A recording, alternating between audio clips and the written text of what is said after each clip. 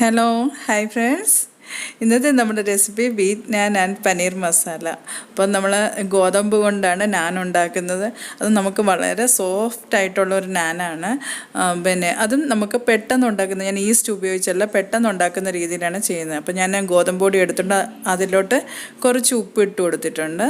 പിന്നെ ഒരു 1.5 സ്പൂൺ ഷുഗറും ഇട്ട് കൊടുക്കുന്നുണ്ട്. ആ ഗോതമ്പ് പൊടിയുടെ അളവിനാണ് ഞാൻ എടുക്കുന്നത്. അപ്പോൾ ഇത് നല്ല സോഫ്റ്റായിട്ടുള്ളൊരു നാനാണ്. ഇത് നമുക്ക് പെട്ടെന്ന് ചെയ്യാനും പറ്റുന്നതാണ്. പിന്നെ നല്ല തൈര്, ഒത്തിരി പുളിക്കാത്ത തൈര് ഒരു 3 സ്പൂണ് അതിലോട്ട് ഇട്ട് കൊടുക്കുക. ഇപ്പം ഞാൻ ഉപ്പിട്ട് കൊടുത്തിട്ടുണ്ട്, ഷുഗർ ഇട്ട് കൊടുത്തിട്ടുണ്ട്, തൈരും ഇട്ട് കൊടുത്തിട്ടുണ്ട്. പിന്നെ ഞാൻ ബേക്കിംഗ് പൗഡറും ബേക്കിംഗ് സോഡയും എടുക്കുന്നുണ്ട്. ബേക്കിംഗ് പൗഡർ വന്ന് 1 സ്പൂണും ബേക്കിംഗ് സോഡ ഒരു 1/4 ടീസ്പൂണുമാണ് എടുക്കുന്നത്. അപ്പം ബേക്കിംഗ് പൗഡറാണ് ഞാൻ 1 സ്പൂൺ എടുക്കുന്നതും, പിന്നെ ബേക്കിംഗ് സോഡ 1/4 ടീസ്പൂണും. എന്നിട്ട് ഇതെല്ലാം കൂടെ ആ മാവിൽ നല്ലോണം ഒന്ന് മിക്സ് ചെയ്ത് കൊടുക്കുക. എന്നിട്ട് ഞാൻ കുറച്ച് പാലിൽ വെള്ളം മിക്സ് ചെയ്തിട്ട്, ഇപ്പം പാല് വേണമെന്നൊന്നുമില്ല, നോർമൽ വെള്ളമായാലും മതി. ഇപ്പം കുഞ്ഞുങ്ങളൊക്കെ കഴിക്കുന്നതുകൊണ്ടാണ് ഞാൻ പാല് മിക്സ് ചെയ്യുന്നത്. പിന്നെ അല്ലാതെ ഉപയോഗിച്ച് ചെയ്യുവാണെങ്കിൽ നോർമൽ വാട്ടർ ആയാലും മതി. അപ്പം പാലിൽ ഇച്ചിരി വെള്ളം മിക്സ് ചെയ്താണ് ഞാൻ കുഴയ്ക്കുന്നത്. നല്ല സോഫ്റ്റായിട്ട് കുഴച്ചെടുക്കും, ഒത്തിരി ഹാർഡായിട്ട് കുഴച്ചെടുക്കേണ്ട, സോഫ്റ്റായിട്ട് കുഴച്ചെടുക്കും. ഇത് നമ്മൾ ഈസ്റ്റ് ഇട്ടാണ് ചെയ്യുന്നതെങ്കിൽ നേരത്തെ കുഴച്ച് വെക്കണം. എന്നിട്ട് ഇത് പിന്നെ നമ്മൾ നേരത്തെ കുഴച്ച് വെക്കേണ്ട ആവശ്യമില്ല, കുഴച്ചാൽ ഉടനെ ഉണ്ടാക്കാനും പറ്റുമേ. ഇതിങ്ങനെ പിന്നെ കുറച്ച് എണ്ണ ഇതിൻ്റെ മേലെ തേച്ച് ഞാൻ എടുത്ത് മാറ്റി വെച്ചു. ഇനി അടുത്ത ഞാൻ പനീർ മസാലയ്ക്ക് വേണ്ടി പനീർ എപ്പോഴും ഞാൻ പറയുന്ന പോലെ തന്നെ ചൂടുവെള്ളത്തിലിട്ട് വെച്ചിട്ടുണ്ട്. പിന്നെ ഇഞ്ചി, വെളുത്തുള്ളി, പച്ചമുളക്, സവാള എല്ലാം അരിഞ്ഞതാണ്. പിന്നെ തക്കാളി അരിഞ്ഞ് വെച്ചിട്ടുണ്ട്. പിന്നെ ഒരു കടായിലോട്ട് ഞാൻ ഇഞ്ചിയും വെളുത്തുള്ളിയും പച്ചമുളകും കൂടെ അരിഞ്ഞതാണ് ആദ്യം ഇട്ട് കൊടുക്കുന്നത്. ഞാനിവിടെ ഒരു 3 സവാളയാണ് എടുത്തേക്കുന്നത്. പിന്നെ ഇപ്പം ഞാനൊരു ബേ ലീഫ് മുറിച്ചിട്ടിട്ടുണ്ട്. പിന്നെ ഗ്രാമ്പൂ, ഏലയ്ക്ക, പട്ട, തക്കോല, ഇതും എല്ലാം കൂടെ ഒന്ന് മുഴുവനായിട്ട് ഇട്ട് കൊടുത്തിട്ടുണ്ട്. പിന്നെ കുറച്ച് ജീരകം, പെരുംജീരകമല്ല ജീരകമാണ് ഞാൻ യൂസ് ചെയ്തേക്കുന്നത്. എന്നിട്ട് ഇതെല്ലാം കൂടെ ആ എണ്ണയിൽ അതിൻ്റെ ആ ഫ്ലേവർ വരും. പിന്നെ ഞാനൊരു 3 സവാള ചെറുതായിട്ട് അരിഞ്ഞെടുത്തേക്കുവാണ്. ഇത് നല്ലോണം ഒന്ന് വഴന്ന് വരണം നമുക്ക്. അപ്പം അതുകൊണ്ട് ഞാൻ കുറച്ച് ഉപ്പിട്ട് കൊടുക്കുകയാണ്, നല്ലോണം വഴന്ന് വരാൻ വേണ്ടി.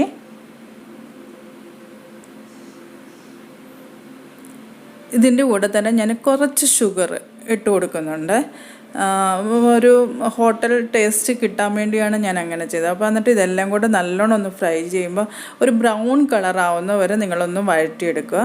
അതിനുശേഷം നമ്മൾ ചെറുതായിട്ട് അരിഞ്ഞു വെച്ചേക്കുന്ന തക്കാളി ഇട്ട് കൊടുക്കുക. നല്ല കുഞ്ഞതായിട്ട്, അല്ലെങ്കിൽ നിങ്ങൾ മിക്സിയിലൊന്ന് തക്കാളി അടിച്ചോളൂ, എന്നാലും കുഴപ്പമില്ല. അന്നേരം ഞാൻ എപ്പോഴും പറയുന്ന പോലെ തന്നെ അത് പിന്നെ മിക്സിയിൽ അടിക്കുന്നെങ്കിൽ നിങ്ങൾ മൂടി വെച്ച് നല്ലോണം വേവിക്കുക. ഇപ്പം നോക്കിയാൽ എണ്ണയെല്ലാം തെളിഞ്ഞ് അപ്പം നമ്മുടെ ആ ഇതെല്ലാം നല്ലോണം വഴന്നിട്ടുണ്ടെന്നാണ് അതിൻ്റെ അർത്ഥം. അപ്പം അന്നേരം ഞാനൊരു പിന്നെ 1/2 ടീസ്പൂൺ ടർമറിക് പൗഡർ ഇട്ട് കൊടുത്തു, മഞ്ഞൾപ്പൊടി ഇട്ട് കൊടുത്തു. പിന്നെ ആണെങ്കിൽ ഞാൻ 1 സ്പൂണ് ഗരം മസാലയാണ് ഇട്ട് കൊടുത്തത്. എല്ലാം കൂടെ പൊടിച്ചതാണ്, പട്ട, ഗ്രാമ്പൂ, ഏലക്ക അതെല്ലാം പൊടിച്ചതാണ്. പിന്നെ ഒരു 1/4 ടീസ്പൂൺ പെപ്പർ പൗഡർ. ഇത് എല്ലാം ഞാൻ ഇട്ട് കൊടുത്ത് കഴിഞ്ഞ് ഇളക്കത്തുള്ളേ. എന്നിട്ട് പിന്നെ അത് കഴിഞ്ഞ് ഞാൻ ധനിയ പൗഡറാണ് ഇട്ട് കൊടുത്തത്, 2 സ്പൂണ് കൊറിയാൻഡർ പൗഡർ, മല്ലിപ്പൊടി. പിന്നെ ഒരു 1.5 സ്പൂണ് പിന്നെ നമ്മുടെ മുളക് പൊടി. ഞാനിപ്പോൾ കാശ്മീരി ചില്ലിയാണ് യൂസ് ചെയ്യുന്നത്, അതുകൊണ്ട് 1.5 സ്പൂൺ ഇട്ട് കൊടുത്തിട്ടുണ്ട്. പിന്നെ നമ്മുടെ സാദാ ജീര പൗഡർ, പിന്നെ ഉപ്പും കുറച്ച് ഇട്ട് കൊടുത്തിട്ടുണ്ട്. ഞാൻ സാദാ ജീര പൗഡറും ഉപ്പും ഇട്ട് കൊടുത്തിട്ടുണ്ട്. പിന്നെ നമുക്ക് ഇതിലേക്ക് ആവശ്യമുള്ള തൈര് ഞാൻ പറയത്തില്ല എപ്പോഴും ഒത്തിരി പുളിപ്പ് വേണ്ട, എന്നാൽ പുളിപ്പ് വേണോ തന്നെ, എന്നാൽ ഒത്തിരി പുളിപ്പ് വേണ്ട. പിന്നെ കസ്തൂരി മേത്തി ഒന്ന് ചൂടാക്കിയിട്ട് ഒന്ന് നല്ലോണം ഞെരടി ഒന്ന് പിന്നെ ഇത് ചെയ്ത് കഴിഞ്ഞാൽ അത് നല്ല പൗഡറായി കിട്ടും നമുക്ക്. അതും 1 സ്പൂൺ ഇട്ട് കൊടുത്തിട്ടുണ്ട്. എന്നിട്ട് ഇതെല്ലാം കൂടെ നല്ലോണം ഒന്ന് വഴറ്റിയെടുക്കുക. നല്ലതായിട്ട് കടായിലൊന്ന് വഴറ്റിയെടുക്കണം. ആ പൊടികളുടെ എല്ലാം ഒന്ന് പച്ചമണം മാറത്തക്ക രീതിയിൽ. ഇപ്പം ഞാൻ ഇവിടുത്തെ ഈ പനീർ കറി വെക്കാൻ വേണ്ടി ഞാൻ ബദാമാണ് അരച്ചെടുത്തേക്കുന്നത്. ഒരു 2-3 കാഷ്യൂനട്ടും ബാക്കി ബദാമുമാണ് അരച്ചെടുത്തേക്കുന്നത്. ഇത് ഒത്തിരി ഒന്നും അരച്ചിട്ടില്ല, ഞാനത് വെള്ളം കൂടുതൽ ഇട്ടേക്കുന്നതുകൊണ്ടാണ്. പേസ്റ്റ് കുറച്ചേ ഉള്ളായിരുന്നു, ഞാനത് ഇച്ചിരി മിക്സിയിൽ ഇച്ചിരി ഏറെ വെള്ളം ഒഴിച്ചതായിരുന്നു. എന്നിട്ട് ഇതെല്ലാം കൂടെ നല്ലോണം ഒന്ന് ഒരു 2 സ്പൂൺ പേസ്റ്റ് ആയാലും മതി. പക്ഷേ ഞാൻ മിക്സിയിൽ നല്ലോണം ഞാനത് വെള്ളം ഒഴിച്ച് കലക്കി വെച്ചിരുന്നതാണേ. ഇതെല്ലാം കൂടിയിട്ട് നല്ലോണം മിക്സ് ചെയ്ത് കൊടുക്കുക. ഇപ്പം തന്നെ നമ്മുടെ ആ ഗ്രേവി നല്ല റിച്ച് ആയിട്ടുണ്ട്. ഇനി നമ്മൾ ചൂടുവെള്ളത്തിലിട്ട് വെച്ചേക്കുന്ന ആ പനീറിലെ ആ വെള്ളം, ഞാൻ എപ്പോഴും പറയാറില്ല, ആ വെള്ളം കളയില്ല, അത് നല്ലൊരു ടേസ്റ്റ് കൊടുക്കുന്നതാണ്. ആ വെള്ളം കൂടെ ഒഴിച്ച് അത്രയും ഗ്രേവിയെ ഞാൻ എടുക്കുന്നുള്ളൂ, വെള്ളം എടുക്കുന്നുള്ളൂ. ഞാൻ വേറെ വെള്ളം ഇതിൽ എക്സ്ട്രാ ആഡ് ചെയ്യുന്നില്ല. പിന്നെ ഒന്ന് മൂടി വെച്ച് വേവിച്ച് കണ്ട ഇപ്പം എണ്ണ എല്ലാം നല്ലോണം തെളിഞ്ഞിട്ടുണ്ടല്ലോ.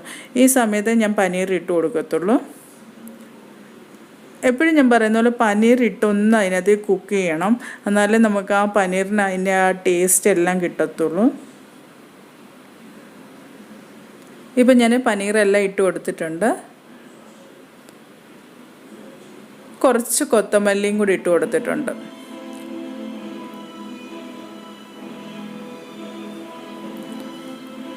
നല്ലോണം ഇളക്കി കൊടുക്കുക. ഇത് കൊത്തമല്ലിയെല്ലാം ഇട്ട് കഴിഞ്ഞ് ഞാൻ കുറച്ച് ബട്ടർ ഓപ്ഷനിലാണ്, ബട്ടർ വേണമെങ്കിൽ ഇട്ടാൽ മതി.